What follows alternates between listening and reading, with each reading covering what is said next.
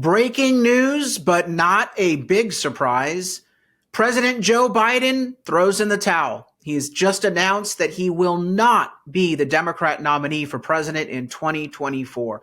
Coming up, I'll tell you all about the decision, what drove it, what really drove it, the impact it might have nationally, and most importantly, how does this impact our fight here in California on key target seats?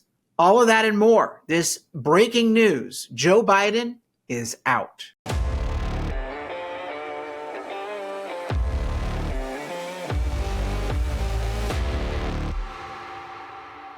I'm Carl DeMaio, chairman of Reform California, and are you really surprised? If you're a longtime listener of this podcast, you shouldn't be surprised at all, because in April of 2022, I came on this channel and said that Gavin Newsom was running for president and that I did not have any confidence, any expectation that Joe Biden would be the nominee in 2024. I said that in April of 2022. That's because I was watching what Newsom was doing. I was hearing rumblings. Anyone who's in any way involved in California politics was hearing the chattering class on the Democrat side, the donors, and most importantly, the political operatives. Remember, the National Democrat Party has a few power, centers. Obama is very influential, but he's not as much as a power center as the folks here in California, the Hollywood liberal elites, the Silicon Valley executives, and what I call the progressive San Francisco mafia. And that is run by Nancy Pelosi. Nancy Pelosi, even though she's not the House Speaker anymore, as she's not the Democratic leader, she is still in charge of the Democrat Congressional Caucus. She calls the shots, and she is the godmother of the Democrat Progressive California Caucus, and all of them were angling to get Newsom into that spot for the past 2 years. And Newsom was given the go-ahead to run the shadow campaign, as clumsy as it has been. They did not want, however, an open primary on the Democrat side. They did not want an open primary on the Democrat side. And I said that every step of the way. I said it in the summer of 2023. I said, Joe Biden's going to be leaving the stage. They're going to be pushing him off to the side, but they don't want to do it before the Democrat primary. Do you know why? And if you're a Democrat voter, you should be pissed today. You should be furious, because this was already scripted a long time ago. Was Joe Biden aware of it? Maybe. I actually wouldn't put it past everyone that this has all been a show. I mean, seriously, I don't know if Uncle Joe, I think he needed to pretend like he was like not wanting to go. Maybe he wanted to stay. I don't know. But I could see him being part of this plot. They did not want an open Democrat primary, because what happened in 2016? The anointed candidate, Hillary Clinton, almost got a rear end kicked by Bernie Sanders. Really? And then in 2020, it was absolute chaos. Biden was kind of rolled into the position at the very end as the break glass default candidate, because they were worried that the progressives were going to take over the party. And so now you get into 2024, and they did not want to have another primary, an open primary, because they were afraid, like 2016, like 2020, that there would be this progressive insurgency that would boost a candidate that people like Obama, people like Pelosi can't control. Because, AOC and Pelosi, they don't quite get along, that wing of the party. And so they kept Biden in to shut you out, you being Democrat voters. No one in the media is saying this, and even Republicans aren't pointing it out. But this is the obvious. When you have someone like Newsom that's running a shadow campaign 2 years out, and all the chattering class, and you see what just happened with Biden being clearly muscled out, bullied out of the nomination. Even though he got 14 million votes and all the delegates, he got bullied out in backroom bullying sessions. You and I both know that that's what's happened in the past several weeks. If you're a Democrat voter, you should be pissed.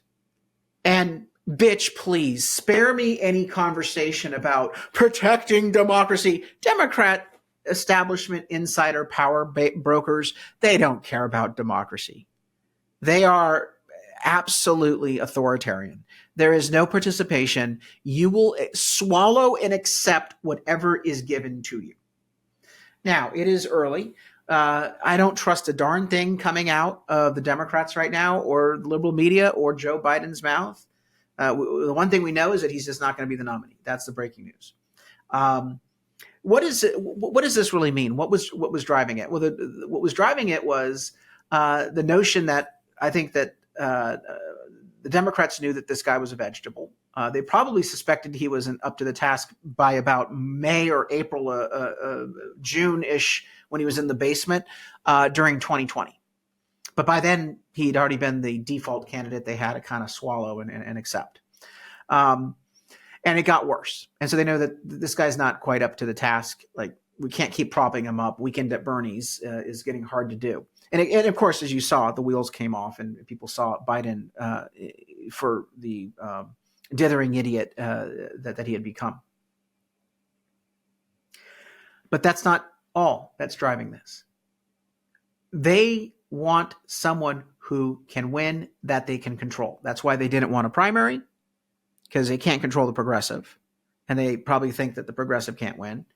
But they knew that this map here was a good reason not to have Biden as the presidential candidate. This is, if Biden were still on the ticket and we held the election right now, Trump would at least win 315 electoral votes and probably the popular vote, to the Democrats 223. I would argue that we've seen Oregon get weaker, so I'm going to move that. But these light blue states could very well go to the Republicans, to Donald Trump. So it would have been a rout. But that's not all that was driving this decision, because I think Democrats are still going to lose to Donald Trump, no matter who's their nominee. Stories like this across the nation have been popping up. California helped give the GOP control of the House in 2022. Biden's decision could swing districts in 24. This was before the breaking news today. Biden backing out. They were saying in this story, this is Cal Matters, that people like Mike Levin here in San Diego in a congressional seat, and that's a picture of Mike Levin, he would probably lose his seat even in California, and that lots of Democrats would lose their seats if Biden was the drag on the ticket, depressing Democrat turnout, pushing independents over to a wave election for Trump, and that Democrats would have no chance of winning the House. They would suffer massive losses, making it harder to come back in 2 years and try to get the House back. That the Senate, they would lose a bunch of Senate seats. And so what was really driving this decision wasn't this map here, although they think that whoever they put up now might have a slightly better chance than Biden. This story and stories like it across the country, that's what was really driving this decision. Again, they don't care about who the voters voted for. They care only about their own seats and hanging on to them. That's the real story of what drove this decision. So what will the impact be? As I mentioned, I don't think that this will impact the outcome of the presidential election. I think people will be able to see the failure of Democrat ideas. But that's all the more reason why here in California, our role becomes even more important. I'm not telling you that we're going to flip California red for Trump. It's a very difficult state to win in. But what I am telling you is that two things will happen if you and I in California fight like hell, even despite this switch out in the Democrat presidential nominee. First, we have to tell America that it's not just Joe Biden. It's the entire Democrat Party. It's their entirety of their failed and extremist ideas that are on the ballot. And that those ideas are already implemented here in California. We have the cost of living crisis going on. You thought Biden inflation was bad? Come to California, where it is infinitely much worse. We've got schools that are failing despite us spending so much more money because we've gone to woke curriculum. We've got a crime wave because we coddle criminals. We've got epic number of homeless people and an outsized proportion of people on welfare benefits and in poverty. Here in California, why? Because their ideas are really that bad. We have $7 a gallon gas, $5 a gallon gas, depending upon where you live. We've got the risk of brownouts because we live under the Green New Deal. Our energy prices are double the national average. Our reliability is in the toilet. The Green New Deal, the Green New Steel is coming to America if we get 4 more years of any Democrat in the White House.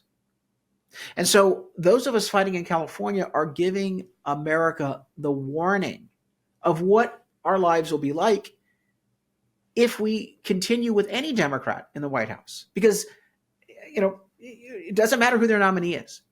The ideas, the extremist ideas, the failed and fraudulent philosophy, that is the real risk to America.